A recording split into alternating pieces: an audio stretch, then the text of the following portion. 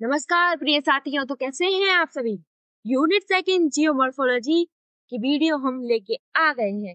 ये किसके लिए है? बीए के बच्चों के लिए, जो कि बहुत इंपॉर्टेंट होने वाली है। ठीक है, चलिए तो शुरू करते हैं। ये सब टॉपिक्स जो दे रखे हैं आज हम पढ़ने वाले, समझने वाले। चलिए तो शुरू करते हैं ऑरिजिन ऑफ कॉन्टिनेंट से और ओशियन से, कि हमारे कॉन्टिनेंट्स और ओशियंस कहाँ से आए। ठीक है, तो बहुत समय से, बहुत पहले से, बहुत पुराने समय से क्या है, थ्योरीज दी जा रही हैं कि हमारे कॉन्टिनेंट्स और ओशियंस कैसे आए। ठीक है, तो सबसे पहले, बहुत समय पहले क्या था, हमारी धरती पर सारे कॉन्टिनेंट्स एक साथ रहते थे, एक साथ जुड़े हुए थे एक टापू पे थे। लेकिन वो धीरे धीरे टूटने लगे, बिखरने लगे और अलग अलग हो गए। ठीक है, अलग अलग हो गए, और जब वो एक दूसरे को छोड़कर अलग अलग जाने लगे, उनके बीच में क्या हुआ, डिप्रेशन होने लगा, जगह बन गई। उधर क्या हुआ, पानी आ गया, ओशियंस बन गए उधर। धीरे धीरे इसी तरह ओशियंस बनने लगे, बहुत सारे ओशियंस बन गए हमारे। और ये थ्योरी जो, ये हमारा मतलब सारे कॉन्टिनेंट्स एक साथ रहते थे, हम उसको क्या कहते थे, सुपर कॉन्टिनेंट कहते थे। क्या कहते थे, सुपर कॉन्टिनेंट कहते थे। और इस सुपर कॉन्टिनेंट का नाम क्या था, पेंजिया। ठीक है, और ये थ्योरी किसने दी, सबसे पहले हमको किसने बताया कि ये सारे कॉन्टिनेंट एक साथ थे, एक टापू की तरह थे। ये बताया हमको अल्फ्रेड वेगनर ने 1912 में। इस थ्योरी का उन्होंने क्या नाम दिया, कॉन्टिनेंटल ड्रिफ्ट थ्योरी। चलिए आगे, सबसे इंपॉर्टेंट टू थ्योरीज में ये आती है, एक है कॉन्टिनेंटल ड्रिफ्ट थ्योरी और एक है प्लेट टेक्टोनिक्स। ठीक है, जो कि जो कि अल्फ्रेड वेगनर ने जो थ्योरी दी थी, उसी के बाद उसी के बेसिस पे ये आगे बताई गई। ठीक है, अब आगे समझते हैं। ये वही है जो मैंने बताया कि इन्होंने समझाया कि सारे बहुत समय पहले, ये सबसे पहले एक्सप्लेनेशन, अर्लीस्ट एक्सप्लेनेशन यही है, कॉन्टिनेंटल ड्रिफ्ट थ्योरी। इसके अकॉर्डिंग क्या था, सारे कॉन्टिनेंट एक साथ हो, नाम क्या था उनका, पेंजिया। कितने साल पहले, 250 मिलियन ईयर्स अबो। ठीक है, 250 मिलियन ईयर्स अबो ये क्या थे, एक साथ थे। फिर और इन्होंने मिलकर क्या बनाया था, एक पेंजिया सुपर कॉन्टिनेंट बनाया था। फिर धीरे धीरे क्या हुआ, ये टूट गए और फिर ड्रिफ्ट होने लगे। और कहाँ ड्रिफ्ट हुए, ड्रिफ्ट हो के जो आज ये करंट पोजीशन है इन सबकी, वहां आ गए। ठीक है, और भी थ्योरीज है, कुछ थ्योरीज इस तरह है। आपने एक स्टोरी बताते हैं, इन हिंदू लोगों में क्या स्टोरी है, पहले मानते थे कि जो हमारे भगवान है ब्रह्मा, उनके एटम्स हैं, ये पूरी सृष्टि बनी है, पृथ्वी बनी है। ठीक है, ये सब मानते थे। चलिए आगे बढ़ते हैं, ये हो गया सिर्फ fact point. Evidence provided by Magnus. अब भाई कोई भी चीज थोड़ी ऐसे थोड़ी ना होता है कि कुछ भी लाके दे दो और कह दो ये तो हो गया, नहीं, उसके लिए हमें एविडेंस देने पड़ते हैं, तभी तो लोग यकीन करेंगे, मानेंगे। चलिए, तो उन्होंने क्या कॉन्टिनेंट, क्या एविडेंस दिए, देखते हैं। फिट ऑफ कॉन्टिनेंट, हमारे बैगनर साहब ने देखा कि जो कोस्ट लाइन है, बाउंड्री है कॉन्टिनेंट्स की, वो एक जिग्जो पजल की तरह क्या फिट हो रही है। देखिए, आप देख सकते हैं, आप समझ पा रहे हैं कि इस तरह फिट हो रही है। इसका मतलब क्या है कि ये एक साथ तभी जुड़े थे, है ना। जैसे coast line of south America and Africa. ठीक है, देखिए एकदम अच्छे से पीसेस की तरह जुड़ गए हैं। फिर आते हैं फॉसिल एविडेंस की, जो सिमिलर फॉसिल्स थे प्लांट्स और एनिमल्स के, वो एक ही कॉन्टिनेंट्स पे पाए गए, जो कि आज सेपरेटेड है ओशियंस द्वारा। इसका मतलब क्या है, सीधे ये कनेक्टेड थे। एग्जाम्पल में जैसे ये मीटोसॉरस, ये एक रेप्टाइल है फ्रेश वाटर का। ठीक है, ये यहाँ पे इसके फॉसिल्स पाए गए हैं और यहाँ पे भी फॉसिल्स पाए गए, जो कि आज दूर है कॉन्टिनेंट्स। ठीक है, फिर rock formation and mountain ranges, इसमें होता है वैगनर्स फाउंड दैट, वैगनर ने पाया कि जो सिमिलर रॉक टाइप्स हैं, एक तरह की जो रॉक्स हैं और माउंटेन चेन्स हैं, वो डिफरेंट कॉन्टिनेंट्स के बारे, जैसे ये एग्जाम्पल दिए, ठीक है। फिर आते हैं ग्लेशियल एविडेंस पे, ये माउंटेन का है, हाँ, ये वाला ग्लेशियल एविडेंस के ये बताता है जो एशियन ग्लेशियर्स थे found in regions now located in tropical and temperate zone, जो ग्लेशियर के एविडेंस जो पाए गए हैं उन रीजन्स में पाए गए हैं जो कि आज ट्रॉपिकल और टेम्परेट जोन में, जो कि ये तो भाई ठंडे इलाकों का रहता है। इसका मतलब ये था कि ये किसी ना किसी दिन एक दिन ये ठंडे इलाकों के पास में ये है, ये सब ही इधर पे ग्लेशियल एविडेंस पाए गए हैं, ठीक है। आगे बढ़ते हैं। अब भाई तारीफ कर ली, बता दिया उन्होंने, समझा दिया सबको, अब चलिए थोड़ी बुराई कर लेते हैं, है ना। भाई क्रिटिसिज्म हर चीज का होता है, कोई भी चीज नहीं जो क्रिटिसिज्म वगैरह बिना चल ले, ठीक है। देखते हैं हम इनकी थ्योरी का क्या क्रिटिसिज्म हुआ, ठीक है। इन्होंने एक बहुत अच्छी विजिलेंस दी थी लेकिन ड्रिफ्ट ऑफ कॉन्टिनेंट्स को लेके, लेकिन फिर भी इनको सेवरल क्रिटिसिज्म का क्या सामना करना पड़ा। इनकी जब ये इन्होंने थ्योरी दी थी तब उन लोगों ने किसी ने इसको माना नहीं, सबने इसको रेसिस्ट किया, लेकिन अब इसको माना जाता है, इसलिए बढ़िया फाउंडेशन दिया। इसमें क्या प्रॉब्लम थी उन्होंने बताया, लैक ऑफ मैकेनिज्म, इसमें मैकेनिज्म की कमी है। तो वैगनर क्योंकि बता नहीं पाए थे, एक्सप्लेन नहीं कर पाए थे क्यों और कैसे जो कॉन्टिनेंट्स है मूव कर रहे हैं, ठीक है। उन्होंने सजेस्ट किया जो कॉन्टिनेंट्स है वो फ्लो किए through the oceanic crustals, but he could not offer a convincing mechanism, पर वो एक जो समझा दे सबको ऐसा मैकेनिज्म नहीं बता पाए इस मूवमेंट के लिए। His ideas of forces from earth rotation, उन्होंने आइडिया दिया कि अर्थ रोटेशन और टाइडल फोर्सेस की वजह से हुआ, पर ये इतना सफिशिएंट नहीं था कि उनको ऐसे हिला दे आराम से, ठीक है। फिर आते हैं रेसिस्टेंस फ्रॉम जियोलॉजिस्ट। बहुत सारे जियोलॉजिस्ट जब बिलीव करते थे किस पे, फिक्स्ड थ्योरीज में, जो थ्योरीज पहले से हैं उन थ्योरीज को मानने में। कैसे, जो कॉन्टिनेंट्स वो मानते थे, जो कॉन्टिनेंट्स और ओशियन है एक परमानेंट फीचर है, अर्थ के सरफेस का क्या है, परमानेंट फीचर्स है, और वो जहाँ है वही थे हमेशा से, और इसलिए उन्होंने इसको बिगलो का रिजेक्ट कर दिया, ठीक है। फिर आते हैं इनकरेक्ट टाइमलाइन, जो वैगनर साहब ने हमारे ने टाइमलाइन दी कॉन्टिनेंटल ड्रिफ्ट के लिए वो छोटी मानी जाती है। क्यों? क्योंकि भाई जो प्रोसेस होती है टेक्टोनिक मूवमेंट की वो एक लॉन्ग प्रोसेस है, स्लो प्रोसेस है, वो धीरे धीरे होती है, धीरे धीरे होती है, पर उन्होंने तो टाइमलाइन बस इतनी सी दी, तो इसलिए इसका क्रिटिसिज्म और किया गया। लेकिन इतने क्रिटिसिज्म होने के बाद भी जो इन्होंने थ्योरी दी उसने एक फाउंडेशन रखी मॉडर्न थ्योरीज के लिए, ठीक है। कॉन्टिनेंटल मूवमेंट की मॉडर्न थ्योरीज के लिए उसने क्या रखी, फाउंडेशन की, इसलिए ये एक इम्पोर्टेंट थ्योरी है। एग्जाम पर्सपेक्टिव से भी ये इम्पोर्टेंट है, तो ध्यान रखिएगा। चलिए आगे बढ़ते हैं। अब समझते हैं प्लेट टेक्टोनिक के बारे में। पहले ये आप देख लीजिए प्लेट टेक्टोनिक फिल्म, फिर आगे हम समझते हैं। ये डायग्राम आप बसा लीजिए आंख में। चलिए आगे देखते हैं। प्लेट टेक्टोनिक्स, ये थ्योरी डेवलप इन 1960s। ये थ्योरी कब डेवलप हुई थी, 1960s में ये थ्योरी डेवलप हुई। The plate tectonic theory is a more comprehensive and widely accepted explanation for movement of continents and the formation of ocean।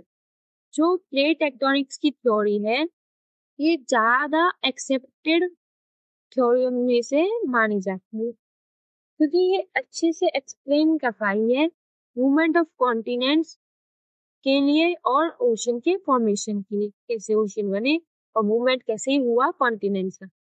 ये Wagner's के जो आइडियाज थे उसी पे बनाई गई है, उसी पे बेस्ड है, लेकिन ये एक मैकेनिज्म प्रोवाइड करती है based on movement of tectonic plates. Tectonic plates जो मूव कर रही है उसके बेसिस पे ये एक मैकेनिज्म प्रोवाइड करती है। अब देखते हैं लिथोस्फेरिक प्लेट्स। अब प्लेट टेक्टोनिक किसे कहते हैं पहले समझते हैं। हमारी अर्थ, अर्थ के ऊपर भूतल क्रस्ट क्रस्ट है, क्रस्ट पे जो कॉन्टिनेंट्स है ये क्रस्ट है, इस पे जो प्लेट्स हैं इन्हीं को हम प्लेट टेक्टोनिक्स कहते हैं। द ये यहाँ पे होता है lithosphere plates, the earth outer shell, जो अर्थ की आउटर सेल है लिथोस्फेयर, ये ब्रोक है, टूटी हुई है लार्ज रिजिड प्लेट्स में जो कि फ्लोट करती है सेमी फ्लूइड एटमॉस्फेयर में, ठीक है, एटमॉस्फेयर के beneath them. These plates are constantly moving due to convectional currents in the middle. ये प्लेट्स मूव क्यों कर रही है? ये प्लेट्स जो है अभी मूव क्यों कर रही है?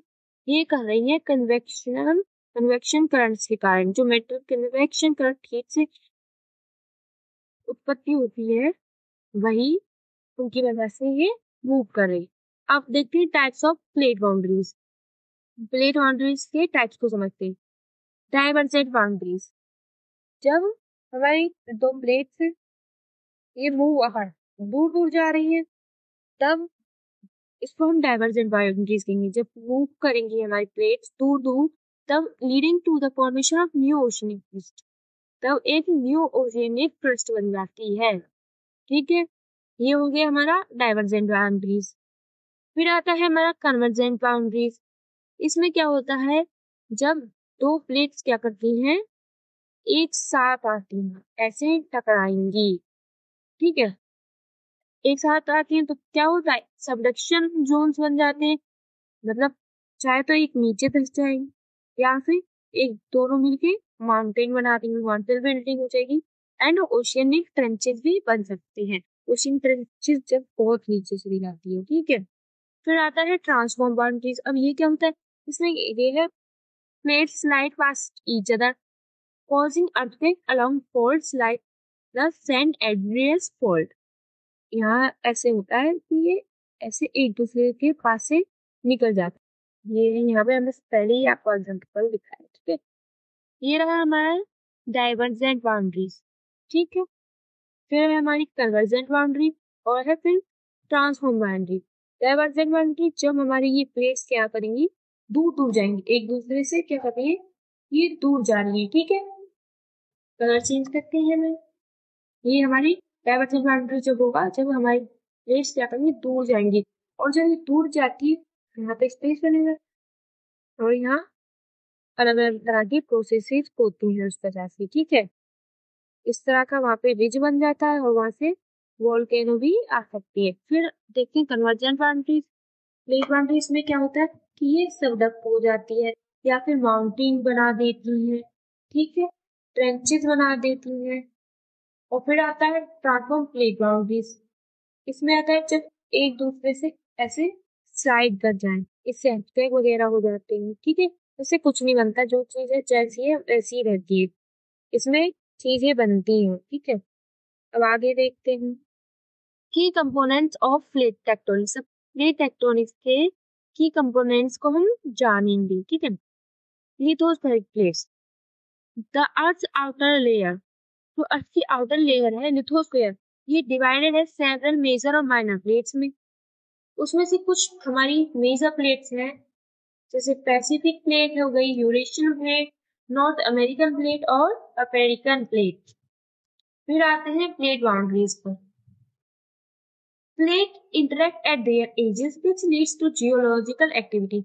जब जो ये हमारी प्लेट्स होती है अपनी एजेस पे मीट करती हैं तो उससे क्या होता है, जियोलॉजिकल एक्टिविटीज होती है। उनमें से थ्री मेन टाइप्स की बाउंड्रीज जो है ये है, मैंने अभी तो आपको समझाई, ठीक है। अब ट्रांसफॉर्म बाउंड्रीज, ठीक है। फिर आता है ड्राइविंग फोर्सेस।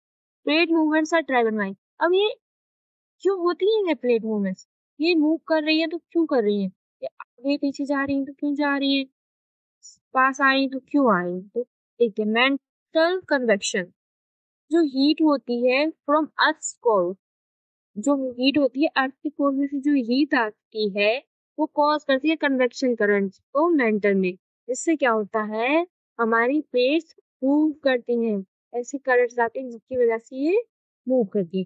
फिर आता है स्लैब पुल, जो ग्रेविटी पुल से subducting plate down in the mental. और जब अगर कोई प्लेट सबडक्ट कर जाती है, इस तरह सबडक्ट कर जाती है तो ग्रेविटी उसको पुल कर लेती है और पुल कर लेती है। फिर आता है रिज पुश, जब new crust forms at mid ocean ridge, जब बीच में कोई न्यू क्रस्ट फॉर्म होती है मिड ओशियन रिजेस पे, पुशिंग ओल्डर क्रस्ट अवे, वो उससे क्या होता है, जो ओल्डर क्रस्ट होती है वो दूर दूर चली जाती है।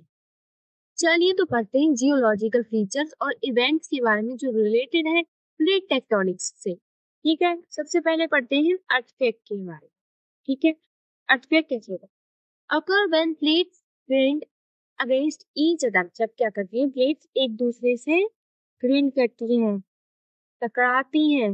स्पेशली ये तब कब होता है, जब ट्रांसफॉर्म बाउंड्रीज में ये ज्यादातर देखा जाता है, और या फिर डूइंग सबडक्शन, जब सबडक्शन होता है तब देखा जाएगा, और या फिर ये ट्रांसफॉर्म बाउंड्रीज के बाद देखा जाएगा। चलिए आगे बढ़ते हैं।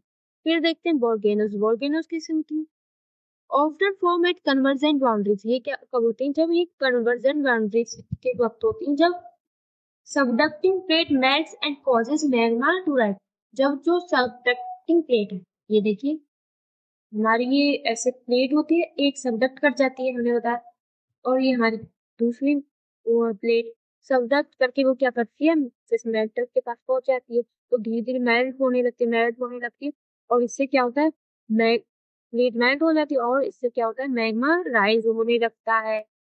ठीक है, तो इस वजह से वोल्केनो हो जाती है। फिर देखते हैं माउंटेन फॉर्मेशन। अभी बताया जैसे माउंटेन फॉर्मेशन कैसे होती है, माउंटेन फॉर्मेशन ये कैसे होती है, क्रिएटेड और convergent boundaries when two continental plates collide, जब भी कोई टू प्लेट्स कोलाइड करती है तब क्या होता है, ये बनती है। एग्जाम्पल में हम ले लेते हैं हिमालयन माउंटेन्स को। ठीक है, अब आता है सी फ्लोर स्टडिंग, ये किसी की occurs at divergent boundaries, divergent boundaries के वक्त होती है, ओशियंस में होती है, where new crust is formed as plates pull apart, ये कब होता है, जब जो दो प्लेट्स होती है क्या करती है, दूर दूर जाती है, और यहाँ क्या होता है, वोल्केनो हो जाता, मैग्मा राइज करता है, वोल्केनो वाला इरप्शन होता है, और क्या होती है, न्यू क्रस्ट फॉर्म करती है। ठीक है, चलिए आगे बढ़ते हैं। अब जो हमने प्रोसेसेस जानी, इनकी वजह से क्या हो रहा है, प्लेट टेक्टोनिक्स की वजह से जो अब ये प्रोसेसेस होती हैं, उन सभी को हम अब थोड़े डिटेल में जानते हैं। शुरुआत करते हैं अर्थक्वेक्स। हमने पूरा पढ़ ही लिया है, लेकिन ये सब आपके एग्जाम के पॉइंट ऑफ व्यू से इम्पोर्टेंट है।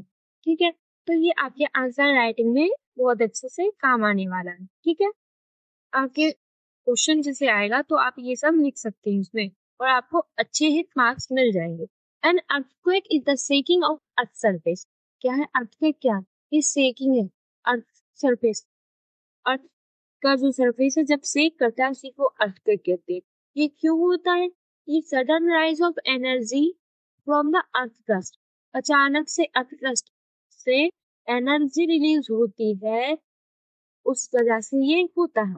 This energy release typically happens around faults, और ये टाइपिकली कहाँ होती है, फॉल्ट्स के अराउंड होती है, which are fractures in the earth crust where rocks have moved, और ये क्या होते हैं, फ्रैक्चर होते हैं, फ्रैक्चर्स होते हैं अर्थ की क्रस्ट में जहाँ पे रॉक्स हैव मूव, जहाँ रॉक्स ने मूव किया है।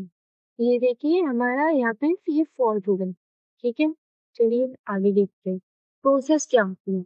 अब हम जानेंगे प्रोसेस के बारे में। ठीक है, प्रोसेस में क्या होता है, stress accumulation, tectonic forces build stress along faults, जो टेक्टोनिक फोर्सेस होती है उस वजह से क्या होता है, स्ट्रेस अलोंग फॉल्ट्स पे स्ट्रेस पड़ता है, fault rupture when stress exceed, जब क्या होता है, स्ट्रेस क्या होता है, एक्सीड कर जाता है, exceed the rock strength, rock की जितनी स्ट्रेंथ है उसको एक्सीड कर जाता है, तो क्या होता है, वो ब्रेक करती है और स्लिप हो जाती है, उस वजह से क्या होती है, रिलीजिंग एनर्जी, उस वजह से फिर क्या होता है, एनर्जी रिलीज होती है। फिर आते हैं सिस्मिक वेव्स में, energy travels as seismic wave, और फिर वो एनर्जी रिलीज करती है एक सिस्मिक वेव की तरह, और कॉज करती है shaking on the earth surface. समझ में, ये हो गई आपकी यहाँ से यहाँ तक प्रोसेस, और ये आपके लिए बुलेट पॉइंट। ठीक है, देखिए यहाँ पे ये आपको दे रखा है यहाँ पे डायग्राम कि किस तरह होता है हमारा अर्थ। आइए अब कॉजेज पढ़ते हैं। चलिए अब कॉजेज को समझते हैं। Tectonic plate movement at most earthquakes result from the movement of tectonic plates eight there boundaries. ज्यादातर अर्थक्वेक किसकी वजह से होते हैं, किसके रिजल्ट होते हैं? जो मूवमेंट होती है टेक्टोनिक प्लेट्स की, ठीक है, उस वजह से। ये फिर से वही है। फोर्स क्या है?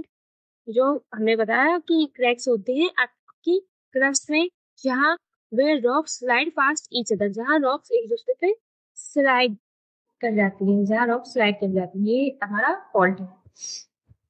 और वोल्केनिक एक्टिविटी से भी होता है। दूसरा ऑप्शन ये हमारा है, पहला ऑप्शन टेक्टोनिक प्लेट मूवमेंट, दूसरा वोल्केनिक एक्टिविटी से। जैसे earthquake can also occur due to magma movement से भी होता है।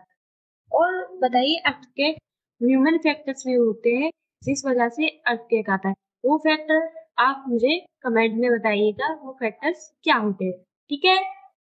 पक्का? चलिए तो आगे बढ़ते हैं। मीजरी। अब हम अर्थक्वेक को मेजर कैसे करते हैं? मैग्नीट्यूड और इंटेंसिटी से। The energy release. मैग्नीट्यूड क्या है? Measures the energy released. ये मैग्नीट्यूड में मेजर करते हैं एनर्जी कितनी रिलीज हुई है। ये इसकी में क्या होता है? रिचर स्केल होता है और मोमेंट मैग्नीट्यूड स्केल होता है।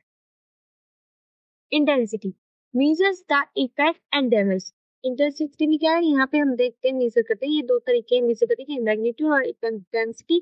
इसमें मेजर करते हैं इफेक्ट्स एंड डैमेज, कितना इफेक्ट किया उसने और कितना डैमेज किया, मॉडिफाइड मर्करी इंटेंसिटी स्केल से। इफेक्ट्स क्या है? इफेक्ट्स क्या है? ग्राउंड शेकिंग हो जाती है, सरफेस रप्चर हो जाता है। सेकेंडरी इफेक्ट्स होते हैं, सेकेंडरी इफेक्ट में आते हैं लैंडस्लाइड, सुनामी, फायर्स हो जाती है। ग्राउंड शेकिंग में आता है कि बिल्डिंग्स क्या होती है, कोलैप्स हो जाती है बिल्डिंग्स है हमारी, और ये तहस नहस हो जाती है। प्रिपेयरनेस। अब हम इसके लिए क्या क्या कर सकते हैं, कैसे बच सकते हैं? तो ये बिल्डिंग कोड्स हम मतलब डिजाइन कर सकते हैं स्ट्रक्चर को कि वो हमारे अर्थक्वेक को झेल पाए। जापान में इस तरह के स्ट्रक्चर आसानी से पाए जा सकते हैं। फिर आता है इमरजेंसी प्लान्स। है इमरजेंसी प्लान्स में क्या होता है? हम इवैक्यूएशन रूट्स बना सकते हैं, इमरजेंसी सप्लाईज बना सकते हैं, अर्ली वार्निंग सिस्टम लगा सकते हैं जो प्रोवाइड करें अलर्ट्स को टू रिड्यूस इम्पैक्ट, कि हम पहले ही सब लोगों को अलर्ट कर दें कि यहाँ पे क्या है, अर्थक्वेक आने वाला है। फिर आगे देखते हैं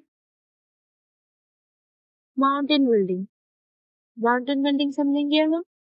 चलिए तो पढ़ते हैं माउंटेन बिल्डिंग को। हम ये सब डिटेल में पढ़ रहे हैं। डिटेल में क्यों पढ़ रहे हैं? आपको हमेशा डिटेल पता होनी चाहिए। हम आपको डिटेल में इतना सारा बताएंगे जिससे कि आंसर में कम से कम आप इतना तो लिख लें और आपको अच्छे मार्क्स आसानी से मिल जाए। चलिए तो पढ़ते हैं। माउंटेन बिल्डिंग को हम ओरेजेनिनी कहते हैं। ये क्या है? एक प्रोसेस है by which mountains are form. ये प्रोसेस है, कैसी प्रोसेस? जिससे माउंटेन क्या होते हैं, फॉर्म होते हैं। This typically occurs due to tectonic forces acting on earth crust. ये टाइपिकली किस वजह से होता है? ये होता है due to tectonic forces. Tectonic forces की वजह से होता है जो कि अर्थ की क्रस्ट पे हो रही होती है। अब चलिए एक्सप्लेनेशन देख लेते हैं। Causes of mountain building. Mountain building के कॉजेज को देखते हैं, समझते हैं। Tectonic plate collision. जब दो टेक्टोनिक प्लेट्स क्या करती हैं, कोलाइड कर लेती, चाहे तो वो क्रस्ट को पुश कर देंगी अपवर्ड या फॉर्म कर देंगी, और फॉर्म कर देती है mountain ranges. This is farmer act convergent boundaries. और ये कहाँ पे? कन्वर्जेंट बाउंड्रीज में। फिर आते हैं कॉन्टिनेंटल कॉन्टिनेंटल कॉलिजन। ये इसका मतलब क्या हो गया? दो तरह की प्लेट्स होती हैं।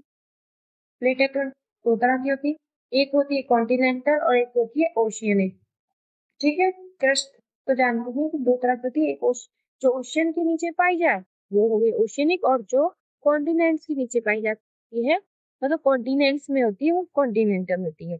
चलिए, जब ये दो कॉन्टिनेंटल कॉन्टिनेंटल प्लेट्स कोलाइड करती है तब क्या होता है? तब ये होता है कि वो क्रिएट करती है लार्ज माउंटेन रेंजेस की, जैसे हिमालयास होंगे। Form by collision of. ये फॉर्म कैसे हुई? जो हमारी हिमालयास है तो कैसे फॉर्म हुई? वो फॉर्म जब कोलाइड करी इंडियन प्लेट और द यूरेशियन प्लेट, ठीक है।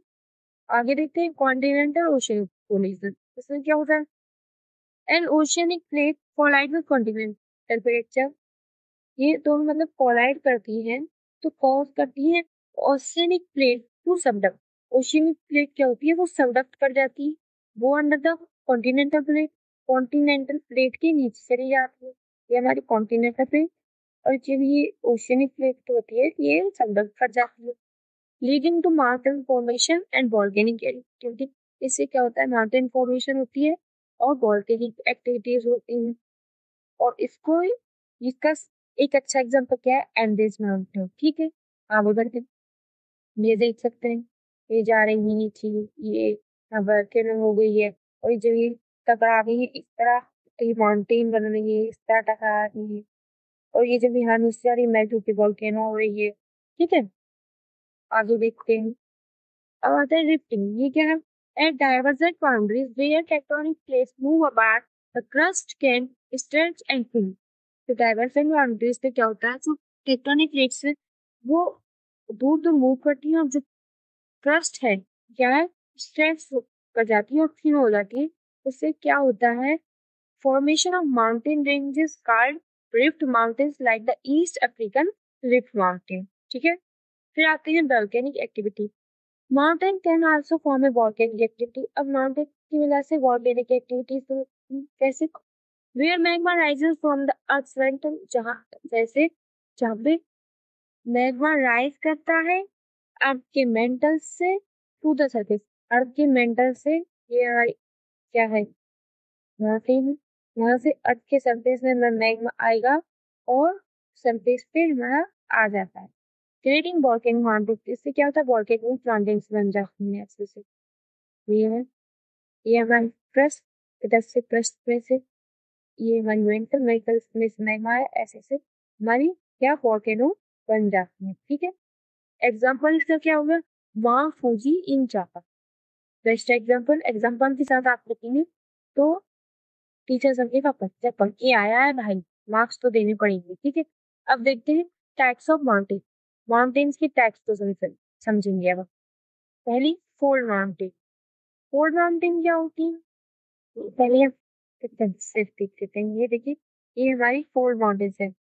जब ये दो प्लेट्स एक साथ आ रही है, formed by folding of rock layers. कब होता है? जब दो रॉक लेयर्स होती है, क्या हो जाती है?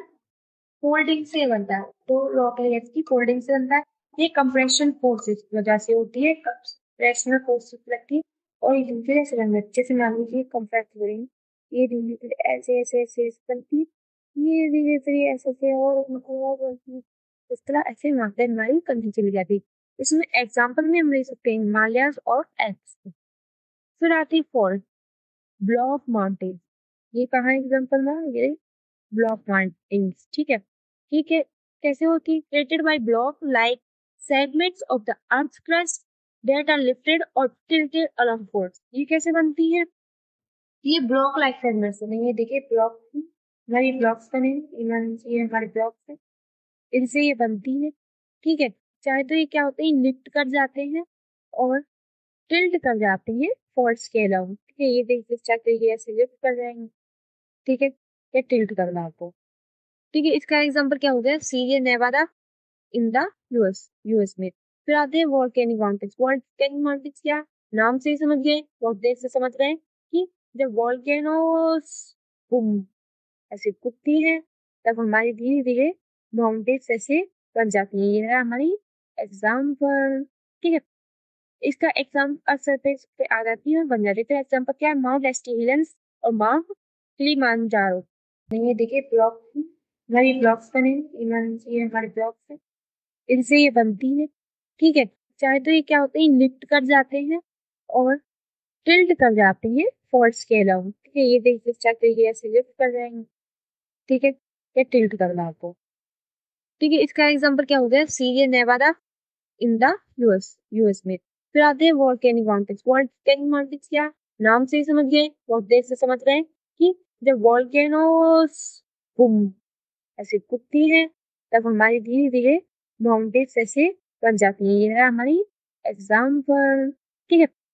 इसका एग्जाम अक्सर पे आ जाती है और बन जाती है। तो एग्जाम्पल क्या है, माउंट एस्टिलियंस और माउंट किलिमांजारो। ठीक, फिर आती है डोम माउंटेन्स, ये हमारा डोम माउंटेन्स का एग्जाम्पल हो गया। ठीक है, formed by uplifting of large areas of earth। so earth crust के लार्ज एरियाज क्या होते हैं, अपलिफ्ट करके, इस तरह अपलिफ्ट करते हैं। ठीक है, क्रिएटिंग डोम शेप्ड स्ट्रक्चर, और एक डोम लाइक स्ट्रक्चर बनने लगता है, ऐसे कुछ ऐसे से स्ट्रक्चर बनने लगता है धीरे धीरे। देखिए ऐसे ये जानी आगे आगे आगे। ठीक है, डोम लाइक स्ट्रक्चर बनता है, इसलिए इसको डोम शेप्ड स्ट्रक्चर बन जाता है, इसलिए हमको डोम माउंटेन्स कहते हैं। एग्जाम्पल इसमें क्या आ जाता है, black hills in south Dakota पढ़ा। आज हमने पढ़ा है theories related to origin of continents and oceans पढ़ा, क्रिटिसिज्म पढ़ा, एविडेंस पढ़ा, और प्लेट टेक्टोनिक्स के बारे में पढ़ा, वोल्केनोज के बारे में पढ़ा, अर्थक्वेक के बारे में पढ़ा, और माउंटेन बिल्डिंग, माउंटेन कैसे बनती है। फिर मिलते हैं आपको नेक्स्ट वीडियो में, तब तक के लिए धन्यवाद।